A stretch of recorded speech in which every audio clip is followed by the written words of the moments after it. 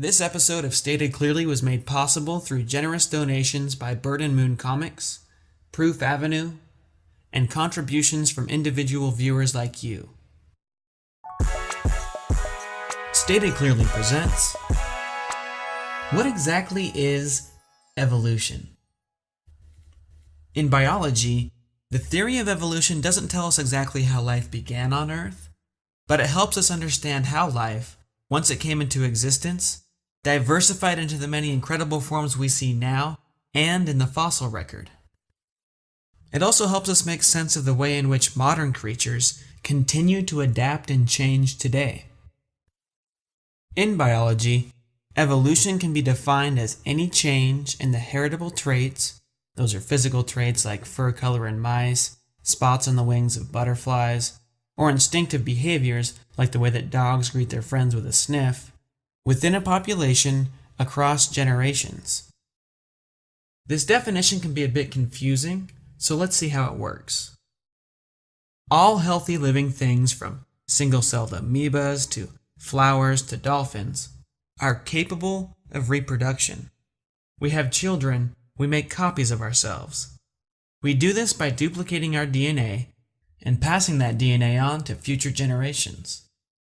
DNA is a chain-like chemical stored inside each one of your cells, which tells them how to grow and function. Your DNA contains coded information on how to build you. The information in your DNA is different than that of, say, a daffodil's DNA, which is why you look and function differently than a daffodil. The information in your DNA is slightly different than that of Elvis Presley, which is one of many reasons you don't look or act quite like he did. Single-celled amoebas and other simple creatures reproduce by copying their DNA inside their guts, moving both copies to either side of their body, splitting in two right down the middle, and then growing back to full size. If all goes well, the two new amoebas will be exact copies of each other, but in nature, things aren't always perfect. When DNA is being copied, errors can occur which modify the DNA code. This is what we call a DNA mutation. These mutations, which happen completely on accident and randomly to any part of a DNA strand, can produce variation in the body shape and function of the creature who inherits the modified DNA. In this case, our new little friend has an arm that stretches extra long. If he survives long enough to grow and reproduce, that extra stretchy arm, which is now coded for in his DNA, will be passed on to his children. Evolution. Any change in the heritable traits within a population across generations has officially occurred. Reproduction for dolphins and badgers and people is a little more complicated. We have to find ourselves a partner. When two badgers get together and, fall in love, a sperm cell from the father, which contains a copy of half of his DNA, only half, combines with the egg cell of the mother, which contains half a copy of her DNA. The result is a brand new cell with a complete set of DNA instructions, all the information needed to divide and grow up into a brand new badger. The new child matures to be similar to her parents, but also unique because she develops some traits from her mother's DNA and some from her father. Her new combination of traits can be passed on to her children, and again, evolution. Any change in the heritable traits within a population across generations has officially occurred. Besides a unique recombination of her parents' traits, she might also have developed some completely new traits of her own due to DNA mutations. Maybe extra hairy ears, for example. If she survives long enough to have kids, her DNA will combine with the DNA of her partner, and she'll pass on those extra hairy ears to at least some of her children. Again, evolution has officially occurred. So there you have it. Evolution is really pretty simple. Scientists and normal folks everywhere witness evolution happening all the time. Small changes like the ones we've seen here can add up over multiple generations to create dramatic changes.